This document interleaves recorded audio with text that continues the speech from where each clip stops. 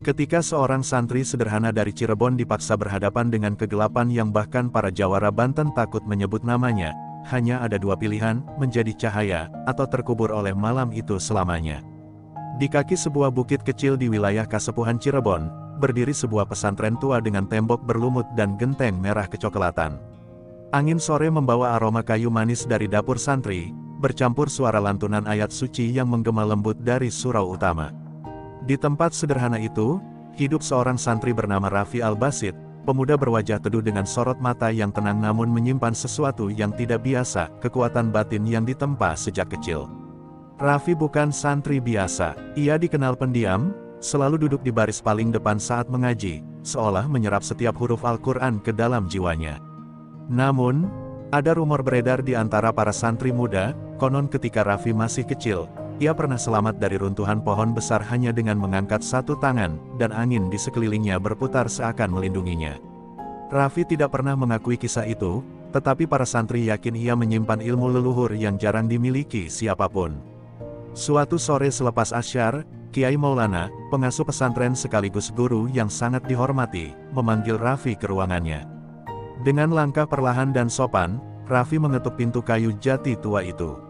Ketika masuk, ia melihat gurunya duduk bersila dengan wajah yang tidak seperti biasanya. Ada gurat kecemasan yang samar, seolah angin buruk membawa kabar yang tak baik. "Raffi," ujar sang kiai dengan suara yang berat namun terjaga, "ada sesuatu yang ingin kiai sampaikan.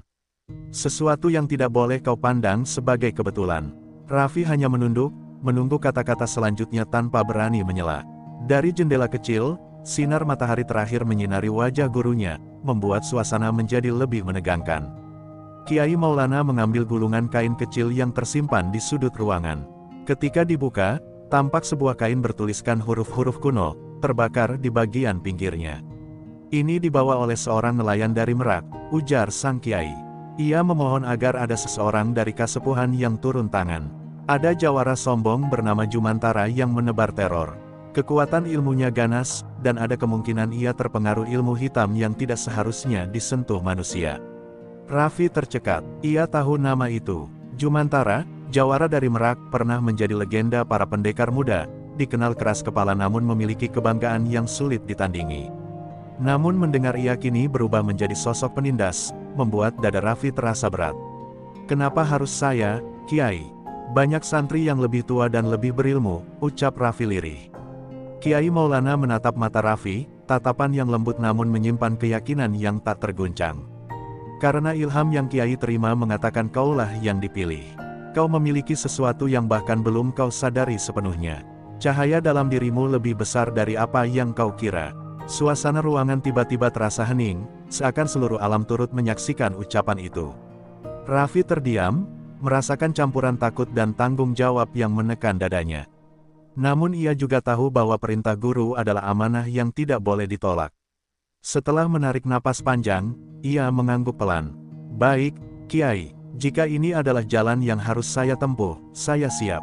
Namun dalam hatinya, ia tahu, keputusan itu akan mengubah hidupnya selamanya. Saat Raffi melangkah keluar dari ruangan, langit Cirebon berubah warna menjadi jingga keemasan, seolah menyimbolkan awal dari perjalanan baru. Angin sore berhembus lebih kencang dari biasanya, menyapu halaman pesantren, dan para santri yang melihat Raffi berjalan pergi merasakan sesuatu, pertanda bahwa seorang santri biasa tengah dipanggil menuju takdir yang luar biasa. Malam itu, pesantren Kasepuhan tampak sunyi. Para santri sudah kembali ke kamar masing-masing, namun pikiran Raffi masih gelisah. Perintah Kiai Maulana terasa seperti beban batu besar di dadanya. Ia melangkah pelan melewati halaman pesantren yang diterangi lampu-lampu minyak kecil, mencoba menenangkan diri. Tepat saat ia melewati gerbang utama, angin dingin menyelinap disusul suara langkah berat dari luar. Raffi spontan berhenti, sepasang mata tua menatapnya dari balik gelap. Dari bayangan itu, muncullah seorang pria renta dengan pakaian lusuh, rambut memutih, dan tubuh yang tampak lelah. Alangkah terkejutnya Raffi ketika ia menyadari bahwa pria itu adalah sosok yang digambarkan gurunya, nelayan Merak yang membawa pesan penting. Nafas pria itu terengah-engah, seolah menempuh perjalanan jauh tanpa henti. Kau pasti Raffi," ujarnya tersendat, menahan sakit di bahunya. Kiai Maulana berkata, "Kaulah harapan terakhir kami." Raffi segera menuntun pria tua itu duduk di pelataran. Jemari nelayan itu bergetar, dan dari balik bajunya ia mengeluarkan sebuah ukiran kayu berbentuk ombak yang patah di salah satu sisinya. "Ini, tanda bahwa kampung kami sedang dilanda bahaya besar," katanya lirih. "Jumantara, ia datang bukan sebagai pelindung, tetapi sebagai penguasa. Banyak yang menentang, tapi mereka tumbang. Bahkan orang-orang terbaik kami." Raffi menelan ludah. Hatinya terasa ditarik kedua arah, antara keraguan dan tanggung jawab. "Pak, apa benar ia menggunakan ajian terlarang?" tanya Raffi berhati-hati. Mata pria itu melebar, memancarkan ketakutan yang dalam. Ia menguasai ajian Satria Guntur, tapi sekarang, ada sesuatu yang lebih gelap yang mengendalikan dirinya. Setiap kali ia marah, tanah bergetar seperti hendak pecah. "Kami tidak sanggup lagi melawannya." Raffi memejamkan mata, membayangkan sosok Jumantara yang dulu dikenal sebagai pendekar yang menjaga harga diri Merak. Namun kini, gambaran itu berubah menjadi sosok liar yang kehilangan kendali. Ada luka yang lebih dalam daripada sekadar kekuatan, mungkin kebanggaan yang disakiti, mungkin dendam yang tak pernah terungkap. Apapun itu, ia kini menjadi ancaman bagi orang-orang tak berdosa. Ketika Raffi membuka mata, nelayan itu menatapnya penuh harap. "Kami tidak datang meminta perang," ucapnya. "Kami hanya butuh seseorang yang bisa membuatnya berhenti. Entah dengan ilmu, entah dengan nasihat, kami hanya ingin hidup tenang kembali." Kata-kata itu terasa seperti duri yang menusuk hati Raffi. Ia sadar, perjalanan ini bukan tentang pertarungan, melainkan tentang menyelamatkan orang-orang yang tak memiliki daya. Suara pintu kayu berderit. Kiai Maulana muncul dari kegelapan, tongkatnya menyentuh tanah dengan lembut. "Raffi," ujar sang kiai, "inilah saatnya kau memahami makna keberanian. Bukan tentang melawan, tapi tentang menegakkan kebenaran." Sorot mata sang guru menenangkan, namun juga memberi tekanan yang tak bisa Raffi hindari. Dengan napas panjang, Raffi berdiri. "Baik, Kiai. Pak, saya akan ikut Anda kembali ke Merak," katanya dengan suara yang jauh lebih mantap dari hatinya. Nelayan tua itu menunduk, menahan haru. Angin malam pun berembus lebih kencang, membawa aroma laut yang jauh namun terasa semakin dekat, seolah memanggil Raffi menuju perjalanan yang menunggu di seberang gelap. Malam itu, tanpa seorang pun tahu, takdir seorang santri dari Kasepuhan mulai bergerak ke arah yang tak pernah ia bayangkan sebelumnya. Perjalanan menuju Merak ditempuh Raffi bersama nelayan tua itu sebelum fajar menyingsing. Mereka menaiki perahu kecil yang bergoyang dihantam ombak pagi. Raffi duduk memandang jauh ke cakrawala, mencoba menenangkan hatinya yang terus bergejolak. Angin laut berhembus kencang, membawa aroma garam bercampur kecemasan yang sulit dijelaskan. Setiap percikan air yang menerpa tubuhnya seakan mengingatkan bahwa perjalanan ini tak hanya tentang jarak, tetapi juga tentang keberanian yang sedang diuji. Sesampainya di dermaga Merak, suasana terasa mencekam. Warung-warung setengah tertutup, pintu rumah terkunci rapat, dan hanya beberapa pedagang yang tampak takut-takut membuka lapak. Wajah mereka pucat, seperti hidup di bawah bayang-bayang ancaman. Raffi melangkah pelan, mengamati keadaan sekitar. "Sejak Jumantara berubah, begini keadaan kami," kata nelayan itu lirih. "Tak ada seorang pun yang berani bersuara. Semuanya takut." Saat berjalan semakin ke dalam kampung, Raffi melihat seorang pemuda tergeletak di pinggir jalan dengan luka lebam menghiasi wajahnya. Ibunya menangis sambil menempelkan kain basah ke dahinya. Dia hanya mencoba melindungi kakaknya dari pungutan haram itu, sang ibu menjelaskan saat melihat Raffi menatap. Suaranya pecah, penuh putus asa. Pemandangan itu membuat dada Raffi sesak, keadaan ini jauh lebih parah dari yang ia bayangkan. Beberapa langkah kemudian, Raffi melihat jejak-jejak kerusakan, tiang kayu patah, dinding retak, dan perahu-perahu yang sengaja dihancurkan. "Jumantara memaksa kami ikut dalam kekuasaannya," ujar seorang pria parubaya dari balik jendela rumahnya. "Siapapun yang menolak, diperlakukan seperti binatang." Kata-kata itu membuat Raffi memahami bahwa ini bukan sekadar ulas seorang jawara sombong, ini adalah teror yang nyata, teror yang dibiarkan tumbuh tanpa ada yang mampu menghentikan. Namun ada satu hal yang lebih mengejutkan. Di tengah kerusakan itu, Raffi melihat lingkaran hitam terbakar di tanah dermaga. Di situ, pasir seperti meleleh dan mengeras menjadi bentuk lingkaran yang mengeluarkan aroma hangus.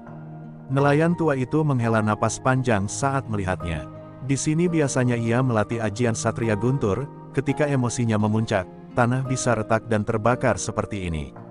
Raffi menyentuh salah satu garis melingkar, masih hangat, seolah baru terbentuk beberapa jam lalu. Raffi mulai merasakan sesuatu yang tak ia sukai, hawa panas yang mengalir dari tanah, bercampur tekanan batin yang membuat bulu kuduknya meremang. Batin Raffi berdesir, ini bukan hanya kekuatan manusia. Ada sesuatu yang lebih gelap bersembunyi di balik kekuatan Jumantara, sesuatu yang membuat suasana kampung terasa seperti berada di ambang kehancuran. Saat mereka mendekati sebuah rumah sederhana, nelayan tua itu berhenti. "Ini rumahku," katanya. Di dalam, beberapa orang berkumpul, wajah mereka penuh harap saat melihat Raffi. "Jadi, ini santri yang dikirim dari Kasepuhan?" tanya seorang pria yang tampak seperti ketua kampung. Ia menatap Raffi seolah memeriksa apakah pemuda tenang itu benar-benar mampu menghadapi Jumantara yang menyeramkan. Raffi menunduk hormat lalu mengambil tempat duduk di tengah ruangan. Tatapan puluhan mata mengarah kepadanya seperti meminta pertolongan terakhir. "Saya tidak menjanjikan kemenangan," ucap Raffi pelan namun tegas. "Tapi selama masih ada orang yang dizalimi, saya tidak akan tinggal diam." Kata-kata itu menggema di ruangan kecil itu, membuat beberapa warga mulai meneteskan air mata. Hari itu, di sebuah rumah nelayan yang sederhana, seorang santri dari Cirebon mulai memahami betapa beratnya tugas yang menantinya. Jalan yang harus ia tempuh bukan hanya penuh bahaya, tetapi juga penuh harapan dari mereka yang sudah terlalu lama hidup dalam ketakutan. Pertemuan pertama, sore itu, langit merak berubah muram. Awan hitam tebal menggantung rendah seolah menekan kampung nelayan yang sudah penuh ketakutan. Raffi keluar dari rumah nelayan tua itu setelah mendengar kabar bahwa Jumantara terlihat menuju dermaga utama. Detak jantungnya meningkat, bukan karena takut, tetapi karena ia sadar waktunya berhadapan dengan sumber teror itu akhirnya tiba. Angin mulai berputar pelan, membawa rasa dingin yang menusuk. Di dermaga, puluhan warga menyingkir ketakutan sambil mencari tempat bersembunyi.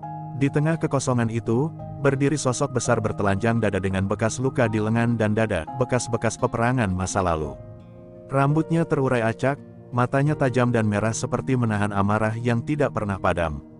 Dialah Jumantara, jawara yang dulu dikagumi, kini menjadi bayang-bayang kegelapan.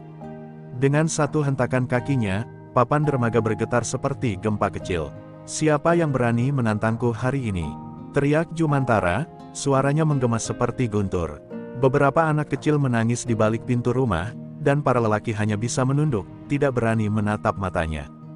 Jumantara menyeringai puas melihat ketakutan itu, bahan bakar bagi egonya yang membusuk.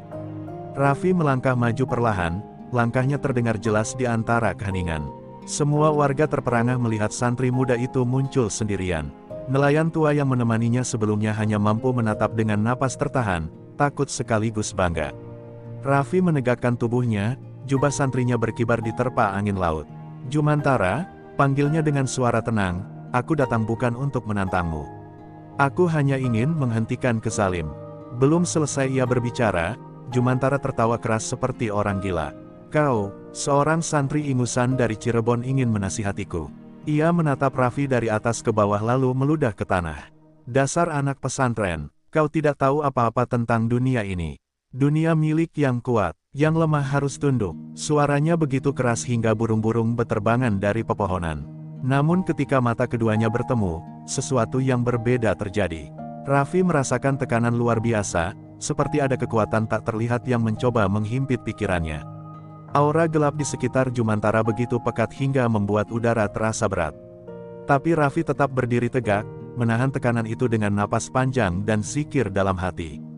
Justru itu yang membuat Jumantara sedikit tersentak, tak banyak orang bisa berdiri tegak di hadapannya tanpa goyah. Dengan gerakan cepat, Jumantara melangkah maju hingga berdiri hanya 1 meter dari Raffi. Wajahnya dipenuhi amarah, namun ada kilatan ketertarikan aneh. "Matamu, kenapa tidak takut?" katanya pelan namun berbahaya. Raffi menjawab lirih, "Karena aku tidak datang membawa dendam. Aku datang membawa kebenaran." Ucapan itu seperti tamparan bagi Jumantara. Sorot matanya berubah makin gelap. Tiba-tiba, tanpa aba-aba, Jumantara mengayunkan tinjunya, menghantam udara. Dari pukulan itu muncul gelombang angin panas yang menghantam dada Raffi dan mendorongnya mundur beberapa langkah. Warga menjerit. Raffi menahan sakit, namun tetap berdiri. Ini bukan sekadar intimidasi, ini adalah pesan bahwa Jumantara sudah melihatnya sebagai ancaman. Di detik itu, Raffi tahu bahwa pertemuan pertama ini hanyalah pembuka. Pertarungan yang lebih besar dan lebih berbahaya sedang menunggu di tikungan takdir. Dan malam itu, untuk pertama kalinya, cahaya seorang santri dan kegelapan seorang jawara mulai saling berhadapan. Udara di dermaga Merak berubah berat setelah pukulan angin panas dari Jumantara menghantam Raffi. Ombak yang tadinya tenang kini berdebur lebih keras, seakan ikut merasakan ketegangan di antara dua sosok yang berdiri saling berhadapan itu. Raffi menarik napas perlahan, menenangkan denyut jantungnya yang mulai kacau. Meski dada terasa terbakar, ia tidak ingin memperlihatkan kelemahan sedikit pun. Ia tahu, sekali saja ia goyah, ketakutan warga akan kembali menjadi-jadi. Jumantara tersenyum miring, senyum yang penuh penghinaan. "Ternyata kau bisa berdiri lagi," katanya sambil menepuk-nepuk tinjunya sendiri. "Bagus, sudah lama aku tidak melawan seseorang yang punya keberanian, tapi keberanian tanpa kekuatan, hanyalah bunuh diri." Raffi menatapnya dalam diam, menunggu langkah selanjutnya. Ia mencoba membaca gerakan lawannya, namun aura gelap yang mengelilingi Jumantara membuat penglihatannya terasa kabur beberapa detik. Tanpa peringatan lagi, Jumantara melompat maju dengan kecepatan yang tidak masuk akal untuk tubuh sebesar itu. Ia menghantamkan telapak tangannya ke tanah. Dalam sekejap, tanah di sekitar dermaga bergetar, memecah papan-papan kayu, mengirimkan gelombang kejut yang kuat ke arah Raffi. Itu adalah pukulan dasar ajian Satria Guntur, ajian yang mampu menggetarkan bumi dengan energi amarah. Warga yang menonton dari balik pintu rumah menjerit ketakutan melihat kekuatan itu dipertontonkan di depan mata mereka. Raffi berusaha meloncat menghindar, namun getaran dari pukulan itu terlalu kuat. Ia terpental ke belakang, menabrak tumpukan peti ikan dan membuatnya jatuh berantakan. Bau asin ikan menyengat hidungnya, tetapi pikiran Raffi tetap fokus. Meski tubuhnya terasa sakit, ia mulai merapal doa dalam hati, memanggil kekuatan tenang dari ilmu Wali 9 yang diajarkan gurunya sejak kecil. Ia bangkit perlahan, tangannya gemetar namun matanya tetap jernih. Jumantara tertawa puas melihat Raffi terhuyung. Inilah bedanya jawara dengan santri. Pekiknya, ia menghentakkan kaki lagi, dan batu-batu kecil di sekitar mereka bergetar. Raffi mengangkat tangannya ke depan dada, mengalirkan napas dalam-dalam. Tubuhnya mulai dikelilingi angin tipis yang berputar, tanda ia menggunakan teknik zikir napas, sebuah teknik dasar namun sangat kuat ketika dikendalikan dengan hati yang bersih. Angin ringan itu menahan sebagian getaran, membuat Raffi mampu tetap berdiri. Melihat Raffi tidak tumbang, Jumantara menjadi semakin marah. Energi hitam mulai merembes dari bawah kakinya, seperti asap yang merayap. "Kau bukan siapa-siapa, bahkan orang-orang Merak ini pun tidak mampu melawanku. Mengapa kau masih berdiri?" teriaknya. Raffi menjawab pelan namun mantap, "Karena aku tidak berdiri untuk diriku. Aku berdiri untuk mereka yang sudah terlalu lama kau sakiti." Kata-kata itu membuat wajah Jumantara mengeras, matanya memeras seperti bara. Dengan teriakan yang mengguntur, Jumantara mengumpulkan tenaganya dan mengeluarkan serangan pamungkas, Guntur Patah Bumi, ajian tingkat tinggi yang bahkan para pendekar pun jarang berani mempelajarinya. Udara bergetar keras, cahaya hitam melesat, dan tanah di bawahnya memecah seperti gelombang badai. Raffi hanya punya satu pilihan, menahan atau mati. Ia menyilangkan kedua tangannya di depan dada, merapal zikir tercepat yang ia bisa, dan membiarkan angin di sekeliling tubuhnya berkumpul menjadi satu lapisan perlindungan. Ledakan energi terjadi, cahaya hitam bertabrakan dengan angin putih tipis milik Raffi. Tidak sebanding, Raffi terpental jauh, tubuhnya melayang ke udara sebelum akhirnya terhempas ke laut dengan suara percikan besar. Warga menjerit histeris. Nelayan tua hampir pingsan melihat Raffi jatuh ke dalam kedalaman gelap laut Merak. Di atas dermaga, Jumantara berdiri tegap dengan dada naik turun, lalu berkata dingin, "Hanya sampai situ keberanianmu, santri." Permukaan laut bergelombang perlahan menelan tubuh Raffi yang tak bergerak. Hari itu, semua orang mengira santri muda dari Cirebon telah tewas. Namun laut menyimpan misterinya sendiri, dan nasib Raffi belum berakhir. Pertarungan pertama ini hanya awal, dan kekalahan itu menjadi pintu menuju takdir baru yang lebih besar. Tubuh Raffi tenggelam ke dasar laut, dingin gelap menyelimuti seluruh tubuhnya. Kesadarannya hampir hilang, namun dalam samar ia merasakan tangan kuat menarik lengannya. Ketika kelopak matanya terbuka, ia sudah berada di atas sebuah perahu kayu tua yang bergoyang pelan di tengah laut. Di hadapannya berdiri seorang lelaki berusia lanjut, wajahnya penuh garis usia, namun sorot matanya tajam seperti seseorang yang mengenal kekuatan laut lebih dari siapapun. "Kau masih bernafas, nak. Laut belum mengizinkanmu mati," ucapnya lirih. Laki-laki itu adalah Pak Sahru, seorang nelayan yang tinggal di Pulau Panjang, pulau kecil di seberang Merak.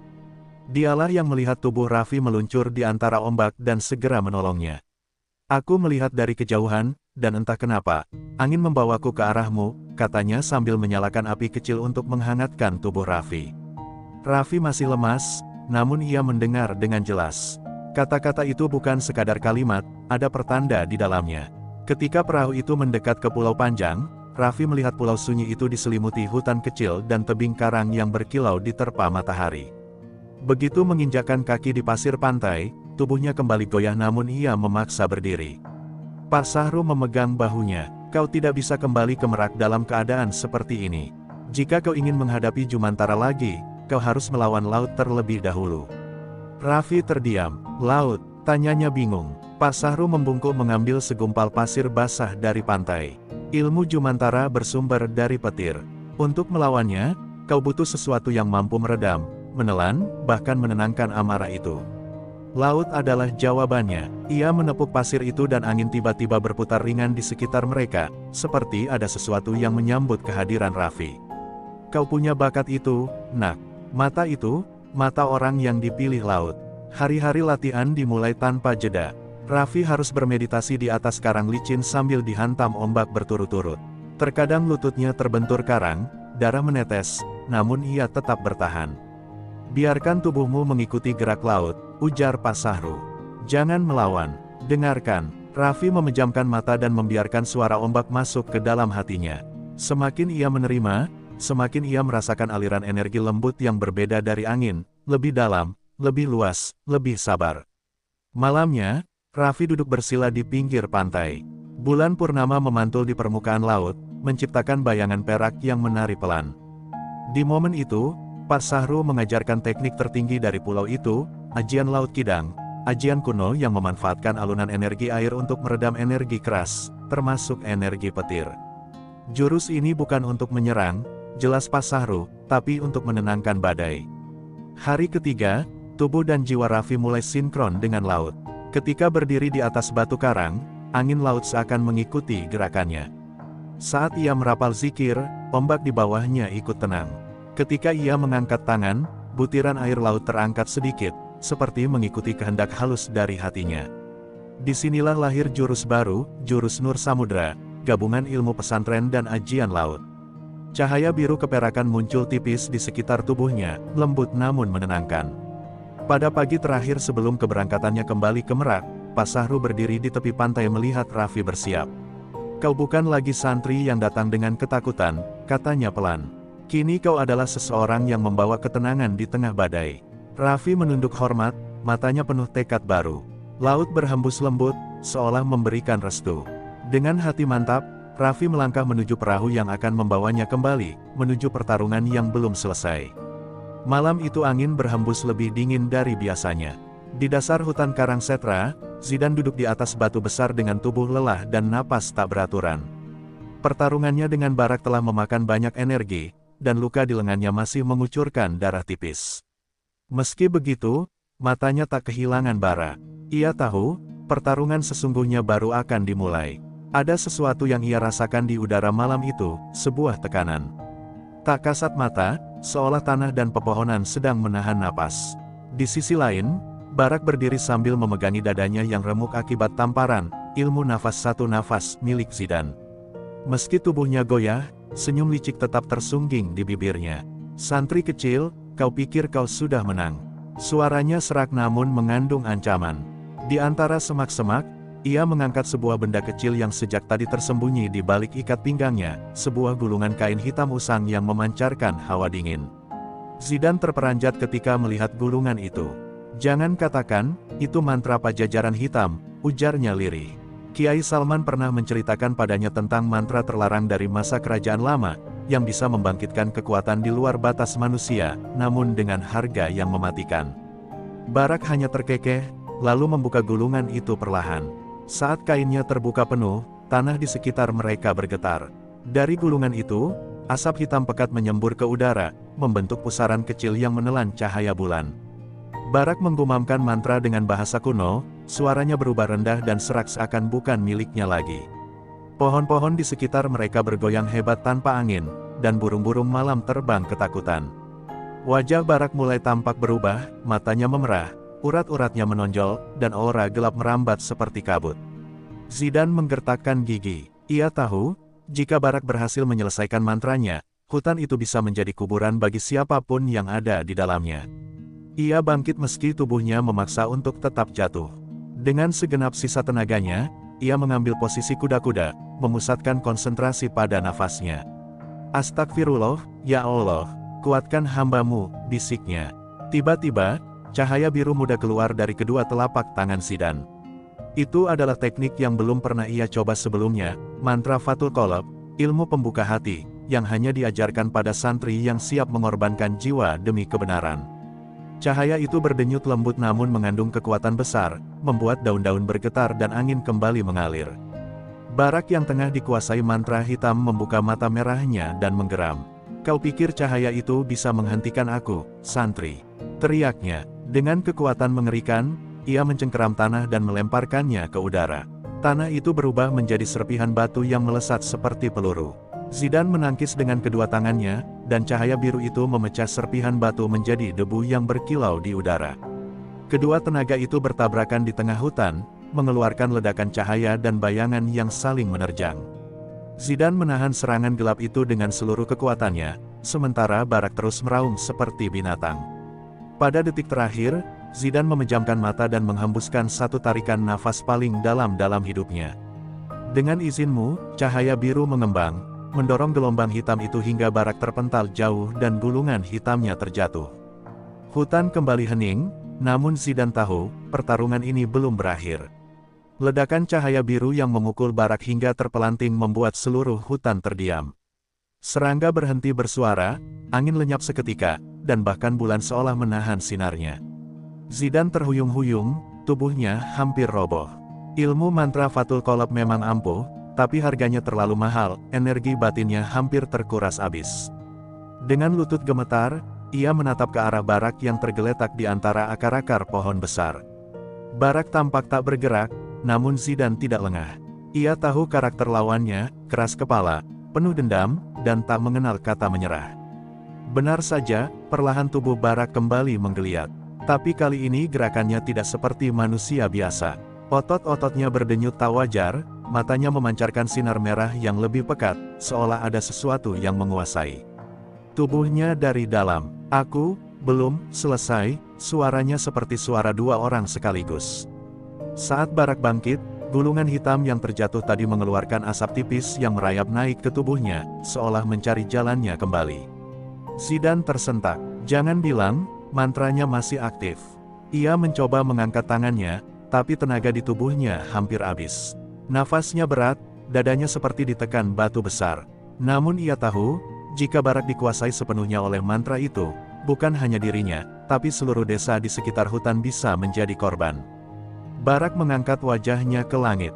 Tiba-tiba dari kulitnya muncul retakan-retakan kecil seperti pecahan tanah kering, lalu cahaya hitam merembes keluar dari balik retakan itu. Tubuhnya seakan bukan miliknya lagi. Dengan suara menggelegar, ia menghentakkan kakinya ke tanah, membuat tanah bergoncang dan burung-burung beterbangan panik.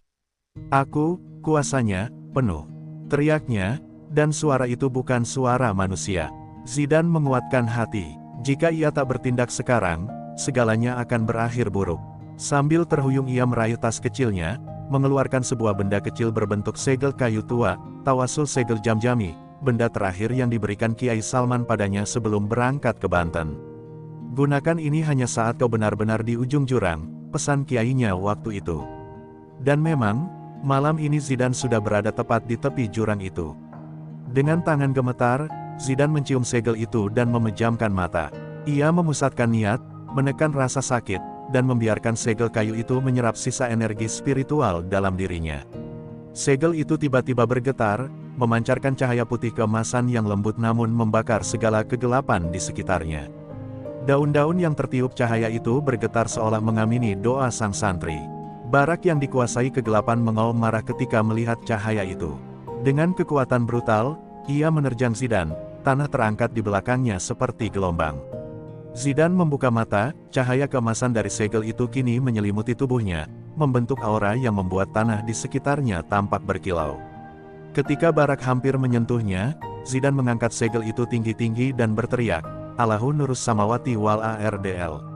Cahaya itu meledak, tidak sekadar menerangi, tapi seperti menembus seluruh ruang di antara mereka.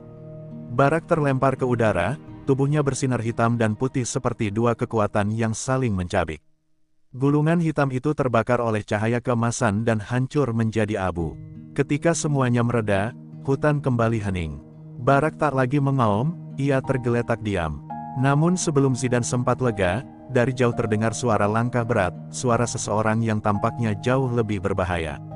Hutan karang setra yang semula hening mendadak terasa menegang saat suara langkah berat itu semakin mendekat. Suara ranting patah, tanah yang bergetar, dan hembusan angin panas membuat Zidane merinding. Ia memaksakan diri untuk berdiri, meski tubuhnya lemas dan pandangannya berkunang-kunang. Barak tampak tak sadarkan diri, namun Zidane tahu, bahaya yang datang bukan main-main. Ada aura yang jauh lebih kuat dari Barak, lebih pekat, lebih kelam. Dari balik kabut tipis, muncul sosok tinggi besar bersorban hitam dengan tatapan yang menusuk seperti tombak. Tubuhnya penuh tato bergaris tebal khas pengawal-pengawal gelap di wilayah pesisir. Langkahnya mantap dan tidak tergesa, seolah ia tahu ia adalah penguasa di tempat itu. Jadi, ini bocah yang membuat ribut. Suaranya berat, serak, namun memiliki ketenangan yang mematikan. Zidane langsung menegang, ia tahu siapa itu. Sosok itu dikenal sebagai Ki Jatmika, mantan jawara Merak yang sudah lama menghilang dari peredaran. Dalam dunia gelap, namanya hanya disebut dengan bisik-bisik. Ada yang bilang ia mempelajari ilmu hitam dari makam-makam tua di pesisir. Ada juga yang bilang ia telah meninggalkan kemanusiaannya. Yang jelas, kedatangannya malam itu bukan kebetulan. Aku datang mengambil yang tersisa, ujarnya sambil melirik tubuh Barak yang terkapar. Zidane mengepalkan tangan. Meski tubuhnya sedang sekarat, ia tidak boleh mundur.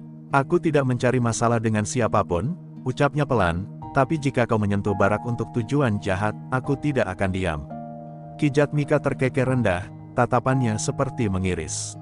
Kau sudah mengalahkan muridku dengan segel itu, menarik.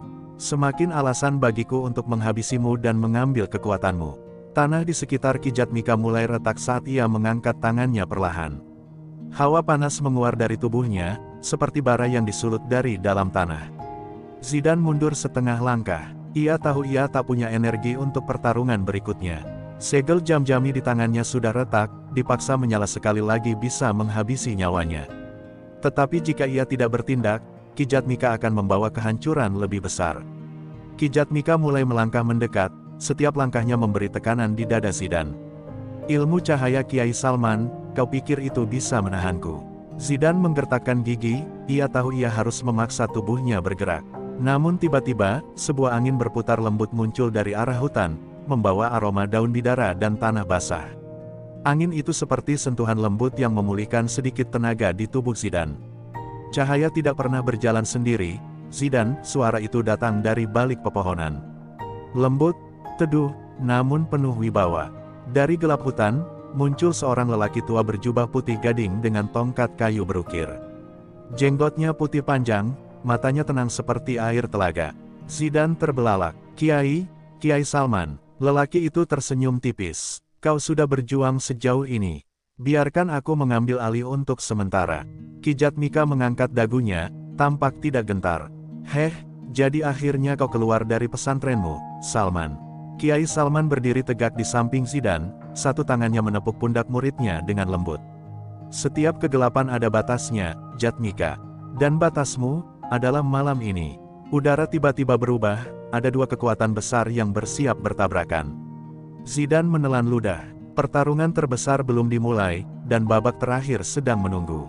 Udara di hutan karang setra berubah drastis ketika Kiai Salman dan Ki Jatmika saling berhadapan.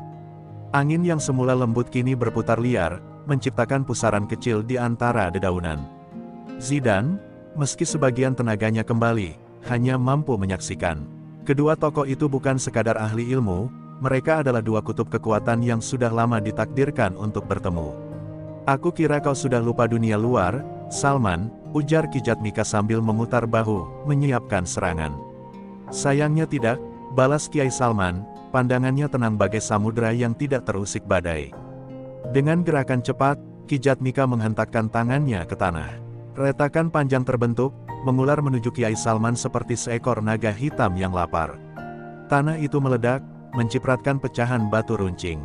Namun, sebelum pecahan itu mencapai sasaran, Kiai Salman mengetukkan tongkatnya ke bumi. Cahaya putih lembut menyembur dari tanah, membungkus pecahan batu dan mengubahnya menjadi debu. Kontras antara cahaya putih dan energi hitam membuat hutan tampak seperti medan perang dua dunia. Tak mau kalah, Kijatmika melambungkan kedua tangannya ke langit. Awan hitam berkumpul cepat, berputar membentuk lingkaran raksasa. Dari tengah awan itu, muncul kilatan merah gelap, kilat terkutuk yang hanya digunakan oleh para pemuja ilmu hitam tingkat tinggi. Salman, bertahanlah bila mampu, teriak Kijatmika sambil menjatuhkan kedua tangannya. Kilat merah itu meluncur turun, menghantam bumi dengan ledakan yang mengguncang. Kiai Salman menutup mata sesaat, lalu mengangkat tongkatnya. Cahaya keemasan membentuk kubah di sekelilingnya dan Zidan memantulkan kilatan merah yang menghantam berulang-ulang. Suara dentuman memenuhi udara, membuat pepohonan bergetar hebat. Zidan merasakan dadanya sesak, ia bisa merasakan betapa beratnya beban yang ditanggung gurunya. Kiai, ini terlalu kuat, desisnya. Kiai Salman tersenyum tipis tanpa membuka mata. Kegelapan selalu membuat dirinya tampak besar, sampai kau berani menyalakan cahaya. Dengan satu tarikan napas panjang, Kiai Salman membuka mata. Cahaya keemasan di sekelilingnya berputar, naik ke udara, dan berkumpul menjadi satu titik terang tepat di ujung tongkatnya. Kijatmika menyeringai melihat itu. Ah, Nur Satarya, ilmu yang dulu kau sembunyikan. Kiai Salman menurunkan tongkatnya perlahan, dan cahaya itu berubah menjadi garis tipis panjang, bagai pedang yang tak terlihat. Zidan merinding, ia belum pernah melihat gurunya menggunakan ilmu ini sebelumnya. Kijatmika mengeluarkan serangan terakhirnya, tangan kanannya berubah menjadi bayangan hitam pekat, menonjol seperti cakar iblis, sementara tanah di sekitarnya menjadi kering dan retak. Ia berlari maju, dengan kecepatan yang tak bisa diikuti mata biasa. Matilah, Salman, teriaknya, namun Kiai Salman hanya melangkah sekali, sangat pelan, lalu mengayunkan tongkatnya. Garis cahaya itu bergerak seperti angin, hampir tak terlihat. Breegh, suara ledakan cahaya dan bayangan bertabrakan memenuhi seluruh hutan. Pohon-pohon besar tumbang, tanah terangkat, dan cahaya keemasan memancar hingga ke langit, membelah awan gelap. Ketika kilap itu meredup, Kijatmika terhenti di tengah langkahnya. Tubuhnya bergetar, mata merahnya perlahan memudar. Bayangan hitam yang menempel di tubuhnya luruh seperti abu terbakar. Tidak, bagaimana bisa, cahaya selem, kalimatnya terputus ketika tubuhnya jatuh berlutut, lalu tumbang, tak sadarkan diri. Hutan kembali hening, hening yang berbeda dari sebelumnya. Cahaya keemasan perlahan memudar dari tongkat Kiai Salman. Zidan berlari menghampiri gurunya yang tampak kelelahan namun tetap tersenyum. Kiai, apakah sudah selesai? Tanya Zidan dengan napas tersengal. Sang guru menepuk bahu muridnya lembut. Selesai untuk malam ini, Zidan. Tapi perjalananmu, baru saja dimulai. Zidan menatap cahaya bulan di balik pepohonan. Ia tahu, apapun yang menanti di masa depan, ia tak lagi sama. Malam itu, ia telah menjadi cahaya yang benar-benar hidup.